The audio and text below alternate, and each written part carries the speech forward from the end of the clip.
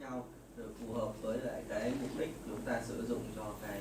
Hello mọi người nha, chào mừng mọi người đã quay trở lại channel channel review trên kênh YouTube của mình. Hôm nay thì mình sẽ đi review cho mọi người một cái sản phẩm đồ chơi trẻ em. Hơi vát lên một chút để mình chụp cái sản phẩm này lên Shopee. Cái này thì cũng là một cái này hay còn gọi là cái kim móc hai đầu cán nhựa, cũng không hẳn. Cái này là bàn phím cơ. Cái này chỉ là cái bàn phím cơ, cái này trong bộ bàn phím cơ. Hoa, mình sợi hoa.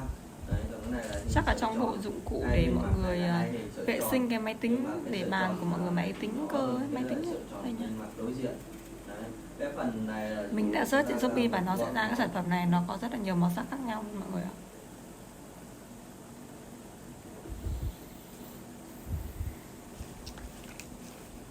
Với cái đường nhô lên như thế này với cái lưỡi cái kiểu lúc này đi mưa thì có thể nó làm bị được rất là nhiều các loại rau củ có quả mà chúng ta thường sử dụng để làm các cái món ăn.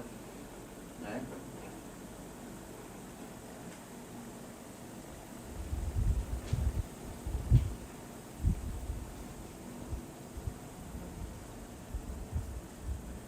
Cái sản phẩm này thì được có một cái sản phẩm mới 100% nguyên hộp và đầy đủ phụ kiện từ nhà sản xuất.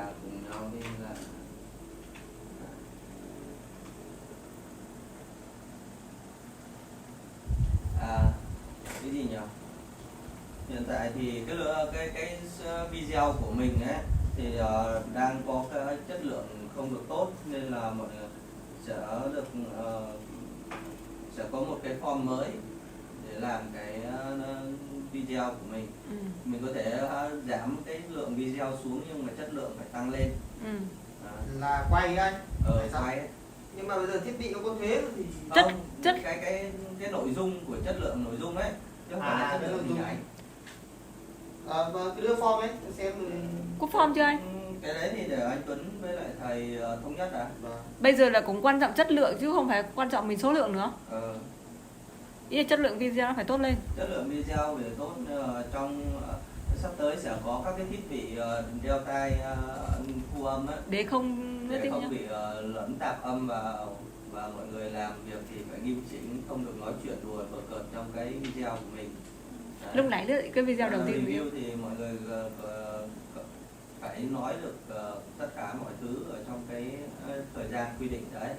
Chứ không được là cứ ngồi cầm rồi không nói gì, rồi hay là nói chuyện linh tinh. Sản xuất sản phẩm có hóa đơn VAT nếu như là mọi người cần nha.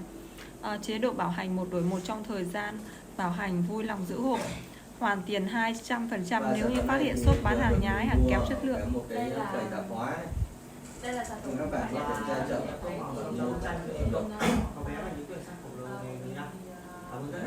và chúng ta phải mua về.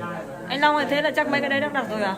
Đa năng, nhưng mà một cái này đa năng sử dụng được rất nhiều các loại dụng cụ khác nhau để giúp chúng ta dễ dàng hơn trong cái quá trình hoàn tiền, hỗ trợ nhanh. Mọi người muốn hỗ trợ nhanh thì cũng có cái số phone để mọi người có thể nghe được nha.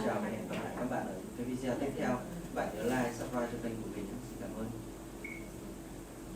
Ví dụ như là cái phần vẽ tranh ấy, thì mình trước khi mình quay không được đừng có dơ cái đấy lên quá lâu, mà lúc nào ngồi vài giây thôi em giới thiệu về cái sản phẩm của em, và giới thiệu mình sẽ sử dụng những cái bút chì này để tô màu cho bức tranh. Giống như Trung đang nói ấy, cái phần đấy là mình sẽ sử dụng, ví dụ như là em dùng cái bút màu gì thì em bảo là bây giờ mình sẽ dùng cái bút này để tô vào cái hình này, và cái bút màu gì để tô đấy. Trong cái video đấy sẽ có những cái hướng dẫn giống như cái hướng dẫn để tô một cái bức tranh nó có đấy. Đấy. Thế sao có họp chung đi rồi nói như thế? Thì sơ lược là như thế thì anh cứ nói trước cho bọn em để bọn em biết đường, bọn em làm từ bây giờ đi, biết là các cách bọn em làm.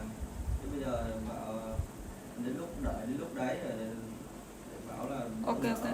Thương hiệu sản xuất gaming gear tuy chỉ mới gia nhập thị trường Việt Nam trong khoảng 2 năm trở lại đây nhưng đang dần chiếm được cái cảm tình của người dùng với các cái sản phẩm đa dạng về màu sắc. Review thì đừng có cúi xuống mà đọc như thế, ngẩng cái mặt lên cho người ta nhìn, phải tự nhiên một chút, không được cứng nhắc nữa. Ai là người nối mấy cái này? Thương hiệu sản xuất này thì là tuy chỉ mới gia nhập thị trường Việt Nam trong khoảng 2 năm trở lại đây nhưng đang dần chiếm được cái tình cảm của người dùng với các sản phẩm đa dạng về màu sắc, layout cũng như có nhiều lựa chọn hơn so với đa số các hãng phím cơ khác hiện nay. Cảm ơn tất cả mọi người theo dõi hết video review này của mình. Hẹn gặp lại mọi người vào những video tiếp theo trên kênh của mình. Mọi người nhớ ủng hộ kênh của mình bằng cách cho mình xin một lượt like, một lượt share và một lượt đăng ký kênh nha. Bye bye, xin chào và hẹn gặp lại mọi người trong những video tiếp theo.